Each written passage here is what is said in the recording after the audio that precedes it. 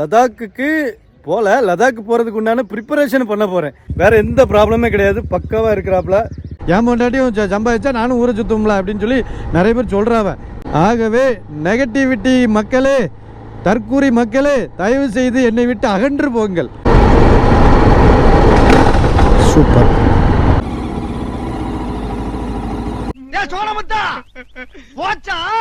அத்து போச்சுங்க. வர்ற வழியில பாத்தீங்கன்னா ஒரு வாழைத்தோப்புக்குள்ள அத்து போச்சு. இந்த மாதிரி யாரும் இருக்க முடியுமா? இங்க பாருங்க, செயின் எங்க இருக்கு பத்திலா? ஐயோ ஐயோ ஐயோ.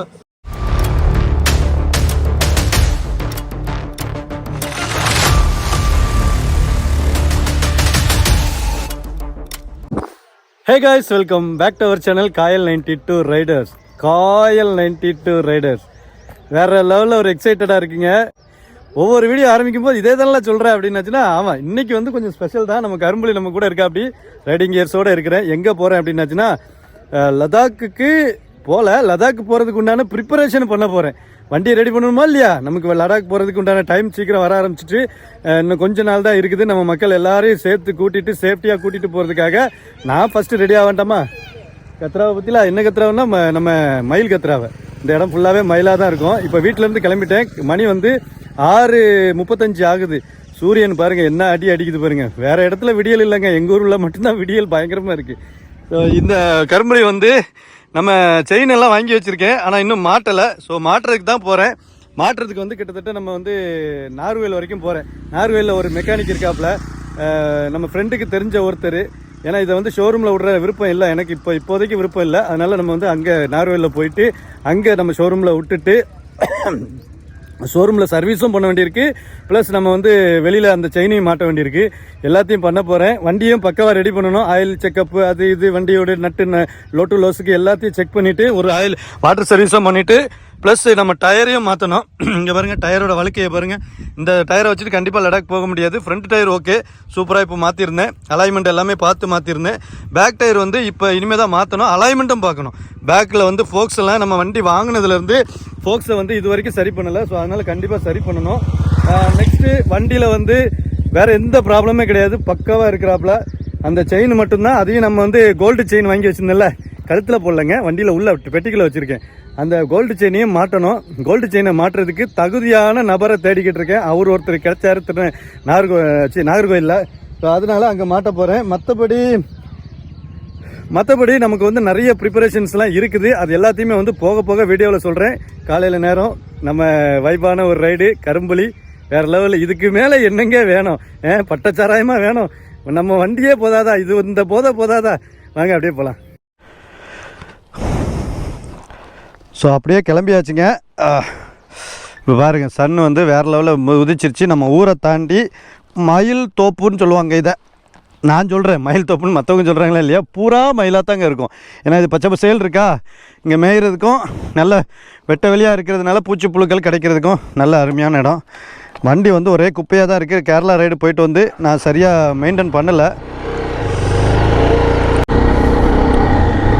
இப்போ நம்மளுடைய டெஸ்டினேஷனை கூகுள் எவ்வளோ சொல்லுது என்னென்னு பார்ப்போமா. நமக்கு வந்து 2.5 மணி நேரம், அதாவது 2 மணி நேரம் 25 நிமிஷம் ஆகும் நீ நாகர்கோவில் போகிறதுக்கு அப்படின்னு சொல்லுது கூகுள். 9:30க்கு போய் சேருவேன்னு சொல்லுது. நம்ம வந்து இன்றைக்கி மெல்ல தான் போக போகிறோம். ஏன்னா செயினும் சரியில்லை பற்றிலாம். நம்ம பாட்டுக்கு வேகமாக விரட்டி போய் போகிற வழியில் வந்து பிரச்சனையாகி அப்படி ஆகக்கூடாது அப்படிங்கிறதுக்காக ஒரு 50-60 இவ்வளோ தான் ஸ்பீடு. அதனால் உங்கள்கிட்ட நிறைய விஷயங்களை அப்படியே ஷேர் பண்ணிவிட்டு பொறுமையாக பேசிட்டு போகிறதுக்கு நல்ல ஏதுவாக இருக்கும் என்று நம்புகிறேன். இந்த நம்பிக்கை தான் இந்த வீடியோவை முழுமையாக நல்ல இன்ட்ரெஸ்டிங்காக கொண்டு போக இருக்கிறது. இடையில் ஸ்கிப் பண்ணிவிட்டு நம்ம ஜிபி முத்து அண்ணாச்சி வீடியோவுக்கு தாவிவிட வேண்டாம். என்னால் எவ்வளவு காட்ட முடியுமோ இயற்கையை சொல்லுகிறேன், இயற்கையை காட்ட வேண்டாம், என்னால் முடிந்த அளவுக்கு காட்டுகிறேன். அதை பார்த்து நீங்கள் சந்தோஷப்பட்டுக்கிடுங்க. எங்கள் ஊருக்கு பக்கத்தில் பாருங்கள், அருமையாக உப்பளத்தில் உப்பு அறுத்துக்கிட்டு இருக்காங்க. உப்பு விளைய வைத்து அறுத்து கொண்டு இருக்கிறார்கள். நீங்கள் உப்பளத்தில் யாராவது உப்பு தயாரிக்கிறத பார்த்துருப்பீங்களா? நான் காட்டுறேன் உங்களுக்கு, அப்படியே பாருங்கள். இங்கே பார்த்தில காலையில் ஐயா உப்பு எவ்வளோ கிலோ கணக்கில் அல்றாரு பாருங்க. இங்கே பாருங்க, அவர் அந்த ஒரு பட்டா வச்சுருக்காருல, அதை வச்சு அப்படியே உள்ள நைட்டு வந்து படிஞ்ச உப்பெல்லாம் அப்படியே இழுத்து அந்த ஓரத்தில் கொண்டு போவாப்புல. அங்கே இருக்க அக்காமார்கள்லாம் அதை ஒரு சட்டியில் அள்ளி அங்கிட்டு களத்தில் ஒரு கும்பலாக குமிச்சு வச்சுட்டு அது ஒரு அடையாளம் போடுவாங்க. அது கிலோ டன் கணக்கில் அதை சேர்ப்பாங்க. இப்போ அறுத்துட்டு உடனேலாம் விற்க மாட்டாங்க, 6 மாதம் கழித்து தான் விற்பாங்க. இங்கே பார்த்தீங்கன்னா உப்பு கம்ப்ளீட்டாக உப்பாக இருக்குது பற்றிலாம். இதுதான் உப்புங்க. உப்பு சூப்பராக இருக்கிறாங்களே. காலையில் உங்களுக்கு உப்பளத்தையும் காட்டின சந்தோஷம் எனக்கு. நம்ம லடாக் போகிறது யாருக்கு பிடிக்குதோ இல்லையோ, நிறைய பேருக்கு பிடிக்கலைங்க. அந்த நிறைய பேர் யார் தெரியுமா? இந்த லடாக்குக்கு புக்கிங் பண்ணியிருக்காங்கல்ல, அவங்கவுங்க வீட்டுக்காரம்மா. ஆமாம், எல்லாம் எந்த வீட்டுக்காரம்மாவுக்கும் பிடிக்காது. என்னடா நீ பெரிய பிடிங்கியா, லடாக் வரைக்கும் போய் சாதிச்சுரியாக்கும் அப்படிங்கிற மாதிரி சொல்லத்தான் செய்வாங்க. வாழ்க்கையில் ஒரு நேரம் என்னைய மாதிரி 4 வாட்டி 3 வாட்டி போகிறது கூட தப்பு. சரி, ஒரு நேரம் கிடைக்குதில்ல வாய்ப்பை உருவாக்கி, கிடைக்காத வாய்ப்பு நிறைய பேருக்கு, அதை உருவாக்கி அதுக்கப்புறம் அதை பயணம் பண்ணுறதுங்கிறது ஒரு நல்ல ஒரு இதுக்கு பார்த்துக்கிடுங்க. அதனால் நீங்கள் தயவு செஞ்சு நான் சொல்கிறத கேளுங்க, நல்லா யோசித்து லீவெல்லாம் அப்ளை பண்ணி இந்த வாட்டி முடியலைன்னா எந்த வாட்டி அப்படிங்கிறத நான் சொல்கிறேன். இம்முறை இல்லைன்னா எம்முறை. அதனால் நீங்கள் தயவு செஞ்சு கண்டிப்பாக வாங்க, நல்லாயிருக்கும். ஒரு வாழ்க்கையில் ஒரு தடவை தான், ரொம்பலாம் அடிக்கடிலாம் போகக்கூடாது. ஒரு தடவை, அதுவும் ஒரு உலகம் இருக்குது, நம்ம இந்தியாவில் தான் இருக்குது. இப்போ இதே லடாக் வந்து நீங்கள் ஃபாரினில் இருந்துச்சுன்னா அப்படி கொண்டாடப்பட்டிருக்கோம். ஆனால் நமக்கு வந்து லடாக் நம்ம இந்தியாவில் இருக்கிறதுனால ஒன்லி பைக்கர்ஸு ட்ராவலர்ஸ் மட்டும்தான் அதை என்ஜாய் பண்ணுறோம். மற்ற வெகுஜன மக்கள்லாம் அதெல்லாம் நமக்கு வேண்டாத வேலைடே, அது என்ன பெரிய இதுவா, அது என்ன மழை தானே, அங்கே போனால் என்ன இருக்குது, நம்ம ஊரில் இருக்க மாதிரி மழை தானே இருக்குது அப்படிங்கிற மாதிரி சொல்கிறாங்க நிறைய பேர். அது அப்படி கிடையாது. நம்ம இந்தியாவில் இருக்கிற மிக ஆச்சரியமான மலைத்தொடர் வந்து இமாலயாஸ். உலகத்தில் இருக்கிற ஹையஸ்டான எவரெஸ்ட்டு சிகரம் எல்லாமே அங்கே தானே இருக்குது.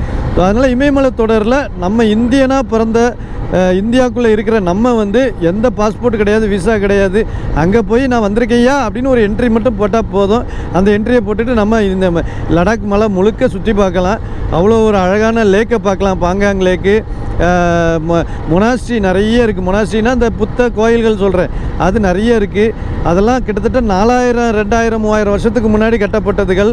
மலைகளில் வாழ்ந்த புத்த பிக்குகள், இதெல்லாத்தையும் பார்க்குறதுக்குன்னா கண்டிப்பாக ஒரு வாய்ப்பு அப்போ தானே அமையும் நமக்கு.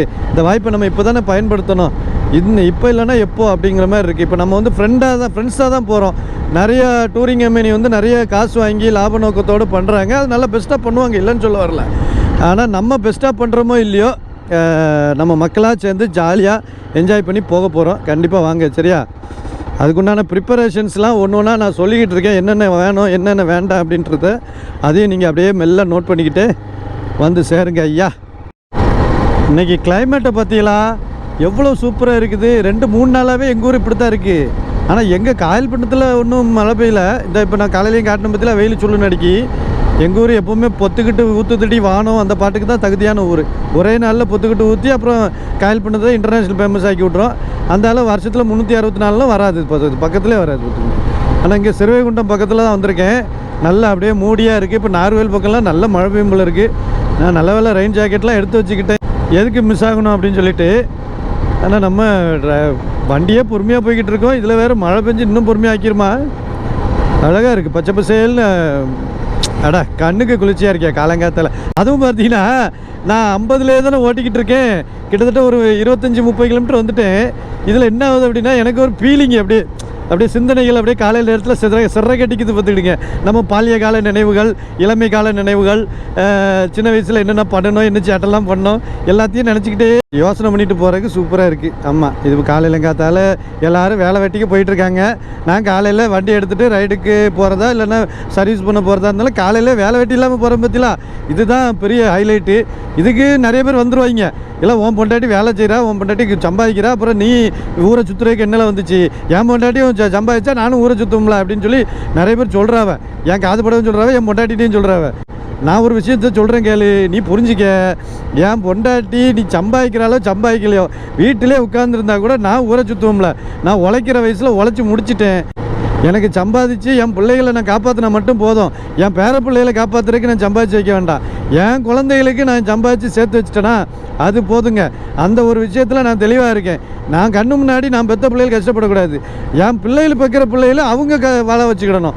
என் பேர பிள்ளைகளுக்காக நான் சொத்து சேர்த்து வச்சுட்டு 7 தலைமுறை 8 தலைமுறைக்கு சொத்து சேர்த்து வச்சுட்டு என் வாழ்க்கையை நான் வீணாக்கிட்டு இருக்கக்கூடாது பார்த்துடுங்க. இந்த மாதிரி 4 இடத்த நல்ல இடத்த இயற்கையை பார்த்துக்கிட்ட அலையிறதுக்கு நமக்கு மனசுக்கு பிடிச்சது செய்கிறதுல விட்டுட்டு என்ன நமக்கு சொத்து சேர்த்து வச்சுக்கிட்டு இருக்கிறது கிடைக்குது சொல்லுங்கள். சொத்து சேர்க்கணும் இல்லைன்னு சொல்ல வரல, ஆனால் அதுக்குன்னு ஒரு லிமிட் இருக்குல்ல, அந்த லிமிட்டுக்குள்ளே நம்ம வந்து சொத்து சேர்த்து வச்சுக்கிடணும். ரொம்ப ஒன்றும் அலட்டிக்கிடக்கூடாது. நீ உன் பொண்டாட்டி வந்து சம்பாதிக்கிறனால நீ ஊரை சுற்றுவே அப்படி இப்படின்னு நிறைய கமெண்ட் வருது. என் பொண்டாட்டிக்கிட்டே சொல்கிறானு போல இருக்குது. ஆனாலும் அவங்களுக்கு சொல்கிற ஒரே ஒரு கதை அதே தான். இந்த மாதிரி இருக்காதீங்க. நீங்கள் உங்கள் வீட்டம்மா சம்பாதிச்சா கூட, கோடிக்கணக்கில் சம்பாதிச்சா கூட உங்களால் போக முடியாது. நான் சேலஞ்சு பண்ணி காட்டுறேன் சாமி. ஒரு வேளை உங்கள் வீட்டம்மா சம்பாதிக்கிற பொம்பளையால் இருந்தால் நீங்கள் போய்க்கிடுங்க பார்ப்போம். ஒரு இடத்துக்கு குற்றாலத்துக்கு கூப்பிட்டு போய்க்கிடுங்க பார்ப்போம். உங்கள் வீட்டம்மாவையோ இல்லை நீங்களே போய்க்கிடுங்க பார்ப்போம். வாய்ப்பே இல்லை ராஜா. நான் அப்படி கிடையாது. நான் என் மனைவி சம்பாதிக்கிறெல்லாம் விஷயமே கிடையாது. எனக்கு போகணும், ரைடு போகணும், ட்ரிப்பு போகணும், பைக்கிங் பண்ணணும் அப்படிங்கிற ஒரு ஆர்வம் வரும்போது அதை நான் செய்வேன். இதுதான் நான், சரிங்களா? மற்றபடி மற்றவன் என்ன சொல்லுவான் ஏது சொல்லுவான்ட்டு நான் ஸ்டக்காகி நிற்கிற ஆள் கிடையாது. அதை யோசிச்சுக்கிட்டு மற்றவனுக்காக அடடா 4 பேர் 4 விதமாக பேசுவார்களே, அப்போது நம்முடைய வாழ்க்கை என்னவாவது கேள்விக்குறியில் நிற்குமே என்று நான் கவலைப்படுவது கிடையாது. வாழ்க்கை என்பது ஒரு முறைதான், அதை வாழ்ந்தே தீர வேண்டும் என்று தான் நான் வாழ்ந்து கொண்டிருக்கிறேன். ஆகவே நெகட்டிவிட்டி மக்களே, தற்கூரி மக்களே, தயவு செய்து என்னை விட்டு அகன்று போங்கள். ஆமாம், இருக்காதீங்க. நான் வந்து வேறு தான், நீங்கள் கிடையாது. நீங்கள் வேறு, நான் வேறு, சரியா? என்னுடைய சர்க்கிளில் இருக்கிறவங்க ஒருத்தங்க கூட இந்த மனநிலைக்கு வரமாட்டிய. நீங்கள் சுட்டுப்பட்டாலும் வரமாட்டிய. எவ்வளோ எஜுகேஷன் உங்களுக்கு வந்தாலும் வரமாட்டிய. ஒரு சின்ன வட்டம் போட்டு இல்லை கொஞ்சம் பெரிய வட்டம் கூட போட்டு அந்த வட்டத்துக்குள்ளே ஓடிக்கிட்டு இருப்பிய, அதுக்குள்ளே மாட்டிக்கிட்டு இருப்பிய. நான் அப்படி கிடையாது. எனக்கு வட்டமும் கிடையாது, என் வாழ்க்கைக்கு சதுரமும் கிடையாது. என் வாழ்க்கை வந்து பிறந்தோம், நல்லா வாழ்ந்தோம், கடவுள்கிட்டையோ பாதாளத்தில் சாத்தாங்கிட்டேயோ போகிறோம். இதுதான் இந்த 2 வேவத்தை நோக்கி ஓடிக்கிட்டு இருக்கோம் பார்த்துடுங்க. கடைசி நேரத்தில் ஏது நடக்கும் என்ன நடக்கும்னு யாருக்கும் தெரியாது. சாவு வரும்போது நீ உயிரோடு இருக்க போகிறது கிடையாது. அதனால் சாவை பற்றி கவலைப்படுறதும் கிடையாது. நல்லதாக நினச்சிக்கிடுங்க. வாழ்க்கை நல்லா இருக்கும். எந்த நேரமும் சாவு வரலாம் நமக்கு. அந்த சாவு வரும்போது நம்ம வந்து உயிரோடு இருக்க மாட்டோம். அதனால் அனுபவிக்கிற நேரம் உங்களுடைய வாழ்க்கையை நீங்கள் அனுபவிச்சுக்கிடுங்க. அப்படிங்கிறது தான் இந்த காலையில் காயல் ஆனந்தா சொல்கிற தத்துவம். கேட்டுக்கிடுங்க மக்களே.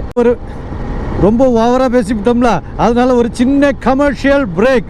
அதனால் உங்களுக்கு ஒரு இளையராஜா பாட்டு ஃப்ரீ, கேட்டுட்டு வாங்க மக்களே.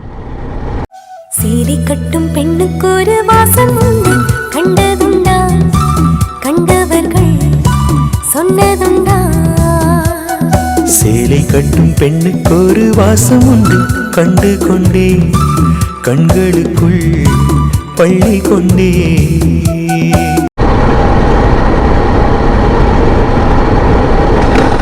சூப்பர்.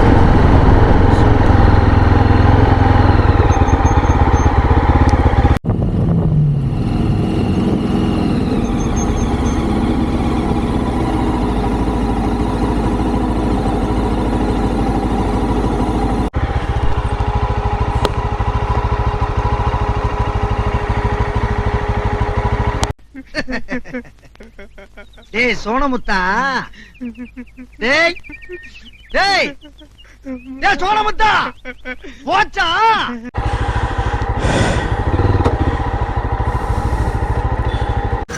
சிரிக்கவா அழவான்னு தெரியல.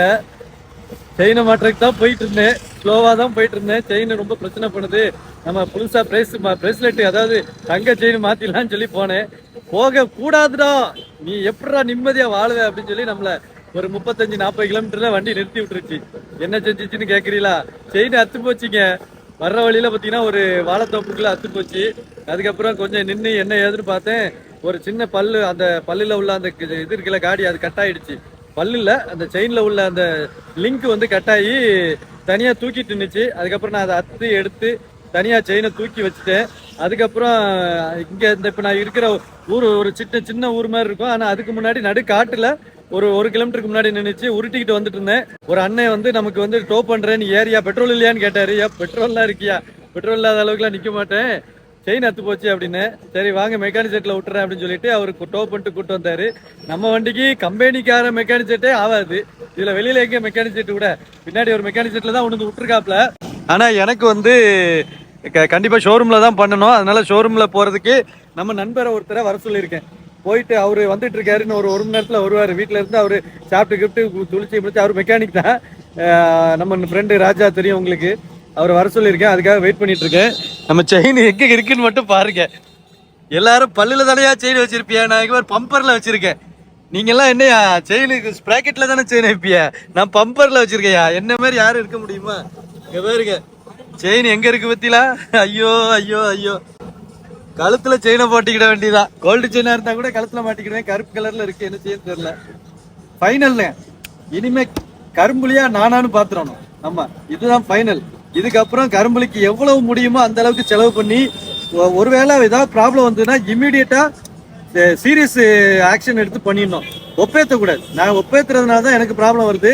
மற்றபடி எஸ்டி அட்வென்ச்சர் வந்து எல்லாருக்கும் ப்ராப்ளம் பண்ணுமானா பண்ணாது. பல பேருக்கு வந்து அப்படியே தான் நல்லா தான் இருக்கு வண்டி. வண்டியை வச்சுக்கிற முறைன்னு ஒன்று இருக்குல்ல, நமக்கு தலை விதி 1008 ரொம்ப ஓவரா பேசிட்டு வந்தாலும் இதான் நிலைமை. ரைட், இருந்தாலும் வாயை குறைக்க முடியலையா நமக்கு. இல்ல இவ்வளவு பெரிய பிரச்சனை வந்திருக்கு, சிரிக்கிறீல நீ, என்னல நீ இருக்கு பயிலா இருக்கு அப்படின்னா, இடுக்கன் வருங்கால் நகுக அப்படின்னு சொல்லி வள்ளுவர் சொல்லியிருக்காருல, அதுதான். இடுக்கன் வந்தா அதுக்காக துன்பப்பட்டு துயரப்பட்டு உட்கார்ந்துருந்தா வேலைக்கு ஆகுமா? ஒரு ரைடரா வாழணும்னா இந்த மாதிரி பிரச்சனையெல்லாம் சமாளிச்சாகணும். சரியா? ஒண்ணு நீ ஒழுங்கா இருக்கணும், இல்ல வண்டி ஒழுங்கா இருக்கணும். ரெண்டுமே சரியில்லைன்னு வைக்கல, பிரச்சனை மேல பிரச்சனை வரணும். அதை சமாளிக்கிறதுக்கு உண்டான நெஞ்சுரம் இருக்கணும்.